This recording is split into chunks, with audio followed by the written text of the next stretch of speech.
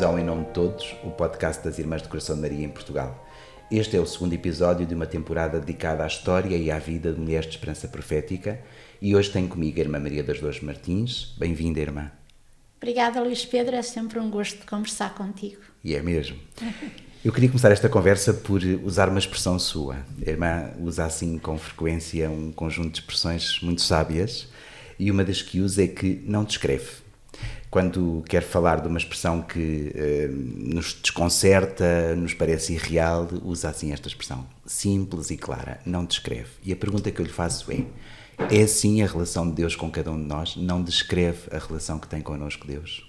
Luís Pedro, é verdade até certo ponto, na medida em que eu, ao percorrer um pouco a caminhada que Deus tem feito comigo, porque é Ele que tem feito mesmo a caminhada comigo, e eu muitas vezes não entendo essa mesma caminhada, nos aspectos menos positivos, só muitas vezes depois da situação acontecer é que Ele vem confirmar isso mesmo, e também nas situações mais gozosas da minha vida, o sentir que Ele está sempre ao meu lado, que vem comigo, e eu vou dando conta e às vezes isto não descreve mesmo, isto não se está a passar comigo, isto não... Quer dizer, é mesmo uma experiência gozosa dele comigo e pronto, e às vezes nas situações assim que eu também não entendo, como tu disseste, e bem, também tenho essa expressão, porque não descreve, isto parece que não está a acontecer. Há uma primeira leitura que nós não conseguimos fazer. É isso mesmo, é aquela primeira leitura, e eu tenho sido muito... reconheço muito acompanhada por Deus, porque muitas vezes há aqueles momentos de menos luminosidade na nossa vida e parece que tudo vai por água abaixo, e depois às vezes Deus serve-se muito, tem-se servido, e é com todos certamente, das outras pessoas. Vem alguém, ou alguém me faz um telefonema, ou alguém me partilha uma preocupação, e aquilo que parecia que não tinha, que estava... não tinha pernas para andar, começa a não ter significado, ou então a redobrar o significado. Estava a ouvi-lo e a pensar, esta ideia que às vezes parece que Deus, com a vida, ilumina o que nos pede, ou seja, acontecem coisas na nossa vida que vão iluminar aquilo que Deus nos pede. Pedro, é mesmo isso, é que não é no momento que nós vemos as coisas. Eu, por temperamento, o travesseiro é o meu conselheiro, e o travesseiro aqui muitas vezes é com Jesus presente comigo, não é?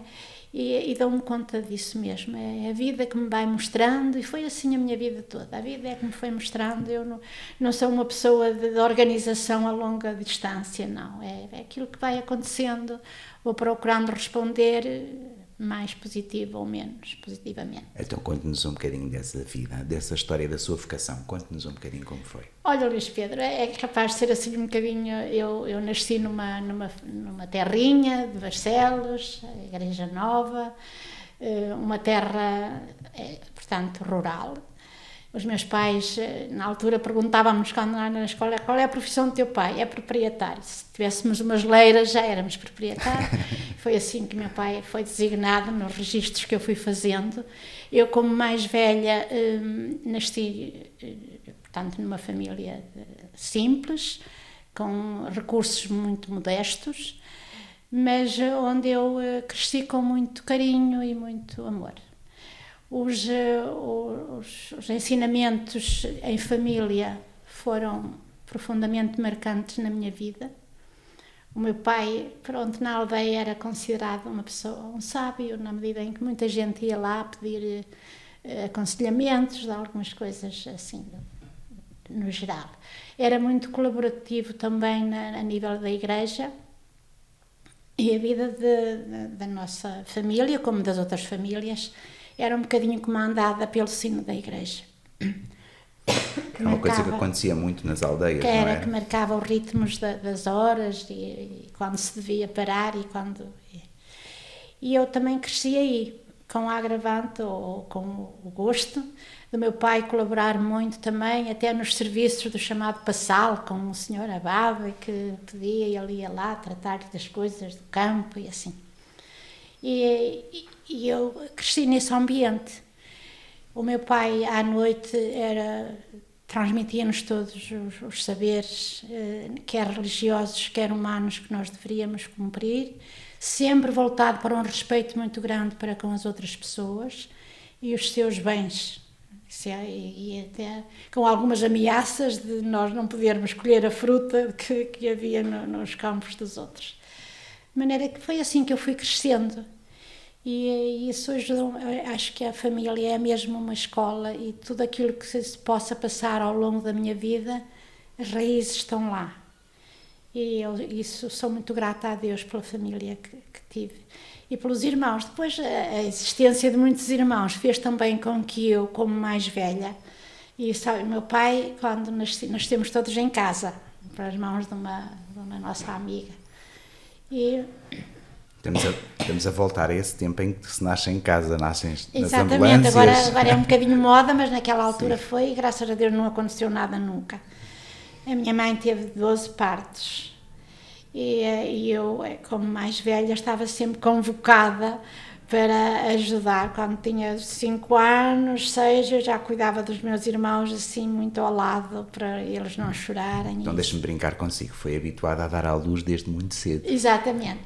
De maneira que eu, claro, que já sabemos que dar à luz tem sempre, olha, é a força da natureza a sair cá para fora, berrava a criança, e a mãe também tinha os seus gemidos, mas eu procurava sempre não estar por perto para não me aperceber muito disso. Mas sim, correu tudo muito bem, e voltando então à experiência de família, como partilha de espaços, de colaboração. Eu lembro-me que às vezes a minha mãe, quando éramos maiorzinhos, queria algum recado e nós estávamos à lareira, e ela às vezes não dizia logo o nome de quem queria que fosse ajudar, e começava a chamar, e nós todos a ver quem é que não calhava a ida. Portanto, a partilha também das atividades e disso tudo é uma escola. Vou pegar no que acabou de contar esta história da lareira, mas não foi o que aconteceu quando lhe chamaram à vida consagrada. Deus não chamou assim sem saber o nome, havia mesmo um nome, não é? Chegou-lhe uma carta. Pois, essa foi uma coisa muito engraçada. Eu, portanto, já falei da proximidade com o Sr. Abade da Terra, que era a referência, era o Sr. Abade e a professora, não é? Que as pessoas mais significativas em termos.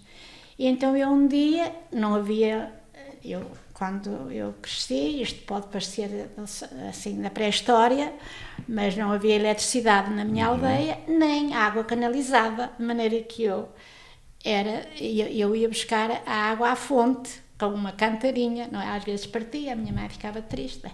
E um dos dias eu deixei a cantarinha e fui ao passá-la à casa, à residência do Sr. Abade, dizer que queria ser freira.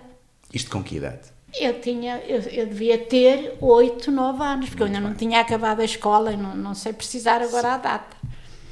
E a empregada, a senhora Madalena e tal, o Sr. Abade está no escritório, pode ir.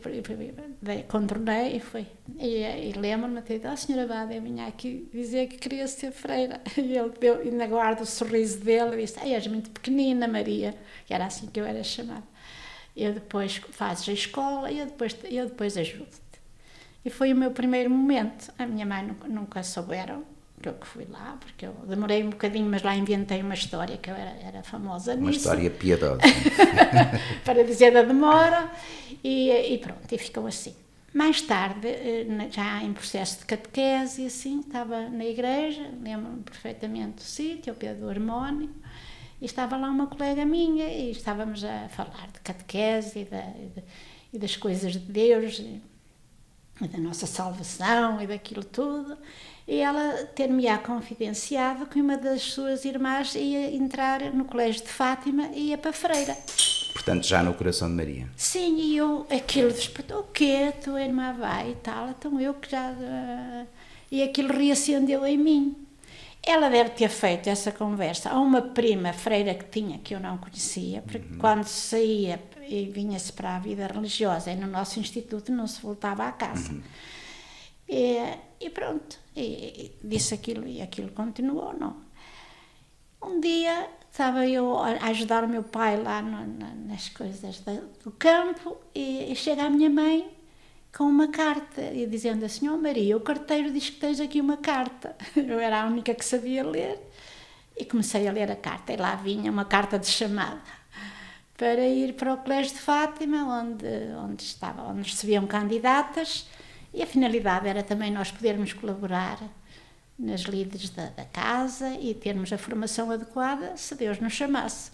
E foi para Fátima. E fui para Fátima. E fez os seus votos mais tarde. Fiz os meus faz votos para o ano 60 anos, É não verdade, para o ano faço 60 60 anos de votos, dos primeiros votos. Fui então para o noviciado, fui fazendo... eu queria voltar a Fátima para dizer o seguinte, eu passei lá 3 anos e pico, e apanhei de facto irmãs fantásticas, onde tudo era realizado por elas, mas com um espírito de zelo e de entrega e também de novidade. Eram muitas irmãs, muito novas, cheias de potencialidades nos mais diversos sectores, e fiz aí uma integração, olha, uma integração fantástica também, e de acompanhamento. Fátima também era um lugar onde a religiosidade era muito... como nós todos conhecemos, e eu apanhei aí também pessoas, ainda do tempo dos pastorinhos, que é um diretor espiritual meu, foi mesmo um colega do Francisco, do São Francisco Marto, e foi assim. Portanto, quando foi depois para o noviciado, ainda passei um ano para o Colégio de Fátima, de Braga, antes de ir para o noviciado propriamente dito, e apanhei ali à altura do concílio, tudo começou a ferver e a fervilhar. A irmã Maria Lúcia Brandão foi a minha mestra de noviças também, que me ajudou muito, e fiz o meu noviciado com tranquilidade. Muito bem.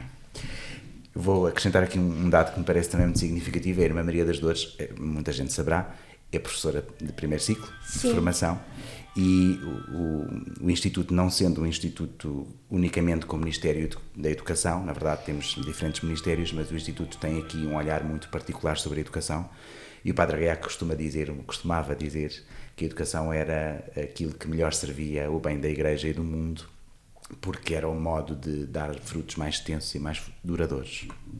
Nós vivemos neste momento assim algumas preocupações com a educação, não é? Com a educação do nosso mundo, com a educação dos nossos jovens, também das nossas famílias. E a pergunta que eu gostava de lhe fazer era: que esperança é que a irmã tem ou vê para a educação e para os nossos colégios do Instituto em particular? Olha, Luís Pedro, teoricamente falando, não irei acrescentar muito. Agora, o que eu sinto dos nossos jovens é que eles vivem tempos complicados e difíceis, as famílias também, mas aquilo que eu acho que nós, enquanto Instituto e na visão de Gaiac, devemos desenvolver nos nossos jovens, é para além das competências académicas, que ele era muito rigoroso e nós também sabemos que é necessário que eles desenvolvam todos os seus talentos, e aqui é uma marca também muito forte do nosso fundador, é que nós devemos mesmo preparar-nos, dar tempo ao estudo, dar tempo à formação, para que os possamos pôr tudo aquilo que é as nossas competências ao serviço dos outros. Esta é a grande interpelação que nos fazia a nós irmãs, e que gostava e dizia que nós devíamos também desenvolver com aqueles a quem nos dirigimos. Daí que aquilo que eu sinto que os nossos jovens deviam ou são chamados a ser, é estarem felizes naquilo que realizam, descobrirem os seus talentos com positivismo, porque hoje em dia também parece que se carrega muito naquilo que é negativo, não é? E os jovens são, por natureza, generosos, e aquilo que às vezes se ouve dizer, e que também pode ser um lugar comum, que eles são o futuro, tem que ser com as experiências adaptadas a cada idade, que nós vamos preparando e vamos ajudando os nossos jovens a ser no futuro aquela marca de entrega em favor dos outros, ao desenvolverem os seus talentos, também para si, porque eles também são chamados a ter mais vida, e vida boa e em abundância, e depois ou simultaneamente, serem também aqueles que estão ao serviço dos outros. Desenvolver muito o sentido cívico, são mesmo chamados a colaborar na transformação do mundo. É uma ousadia, de certeza, Deus também ousa ter essa ousadia connosco. E, portanto, nós temos mesmo que ajudar os nossos jovens, dar-lhe protagonismo, serem eles, porque quando é a partir deles as coisas fluem de outra maneira, a entrega é mais genuína e nós temos muito que aprender. Eu gosto muito de aprender com os jovens, acho que... Vou aqui lembrar-me de uma outra parte da nossa conversa, de um dado muito significativo, que é quase uma confidência, não é? Eu sei que a Irmã Maria dos Dores gosta muito de ouvir rádio, que o faz normalmente à noite, e eu queria lhe perguntar que momentos são esses para si? Olha, são os momentos, às vezes é para combater o sono que não vem logo, coisa que eu tinha muito boa, era dormir às noites todas. E depois também eu procuro, nem sei às vezes as emissoras onde estou, mas eu gosto de ouvir uma boa conversa, debates, e esta mania que eu tenho de aprender com os outros, não é? E são momentos que a mim me trazem sempre algo, procuro sempre alguma coisa que acrescente um bocadinho mais no aspecto musical, no aspecto de conversa, nas análises, às vezes quando aparecem assim análises mais do foro de conhecimento das pessoas, em que as pessoas também transmitem aquilo que são, como fizeram os seus percursos, isso interessa-me muito. Quando eu estava para escolher aquilo que devia ser, eu já fiz o meu curso adulta em Aveiro, já na altura se fizeram os testes para saber o que é que... Os testes psicotécnicos? Foi muito interessante, foram os primeiros, não era chamado ISPA, e foram lá, e pronto, aquilo que a mim me deu como possibilidades era na linha de crianças, ou psicologia, ou assistente social, tinha sempre a ver alguma coisa com as pessoas, com a educação, com o relacionamento com as pessoas, e isso também é um bocadinho essa, à noite, quando eu estou assim, procuro, delicio-me um bocadinho às vezes a ouvir pronto, certas conversas. Isso leva-me a uma outra questão, que é a escuta, o valor da escuta na nossa vida. Exatamente, é outra coisa que eu acho que tenho, não é? Não é por curiosidade de saber o que se passa, mas parece que tenho assim um faro que às vezes me dá para entender que por ali passa alguma necessidade de estar com, quer nas alegrias, quer nos momentos menos bons. E gosto muito de ouvir. Mesmo pelos ministérios onde eu passei, que às vezes parecia que aquilo, eu não tinha mesmo capacidade para aquilo, o trabalhar em equipa, o perceber o que é que cada uma podia dar, foram sempre momentos muito gratificantes e que cá está, Deus me vai mostrando que com outros e com Ele as coisas podem fluir de outra maneira e podem ser concretizáveis e ter alguma densidade também humana e cristã, sempre numa ótica. Não sou muito de dizer assim, é isto porque vai agradar a Nosso Senhor. Não, faço porque faço, porque sou assim e porque vou também trabalhar. E porque Deus a escolheu assim também. Deus me escolheu assim, e às vezes assim, mas porque é aquele tantas ravarias que havia na minha terra com muito mais coisa, como é que me foi? Às vezes essas dúvidas vêm, não é? E também vêm nas escolhas que às vezes Deus foi fazendo para mim ao longo do meu percurso. Como já disseste, já vão ser 60. Ai meu Deus, que me pedia assim coisas que aquilo era mesmo uma coisa, era impossível. Pronto. Mas ele, num diálogo que nós, pronto, no Instituto, as irmãs que tenham estado nos destinos, a fazer a gestão humana das pessoas, onde nós somos chamadas onde houver uma necessidade, e é sempre em diálogo, mas algumas eram assim muito habilidosas para conduzir o diálogo no sentido de nos fazer crer que aquela era a vontade de Deus. E como dissemos há bocado que não descreve, não é? Às vezes ele não pode ser a vontade de Deus, eu para isso não sirvo mesmo, é escusado. Mas olha que isto é o que tu vês, os outros não vêem. Bem, lá tinham essa habilidade e o que é certo é que com a tal ajuda da equipa, com promover tudo... Não, acho que não cometi assim nenhuma desgraça. Nenhum erro grave. Caminhamos para o fim desta conversa, Irmã Maria das Dores. Eu gostava só de lhe fazer assim uma última pergunta. O que é que gostava a irmã de dizer em nome de todos e para todos? Bispo. O que é que eu gostava de dizer? Olha, que vivamos este tempo com esperança.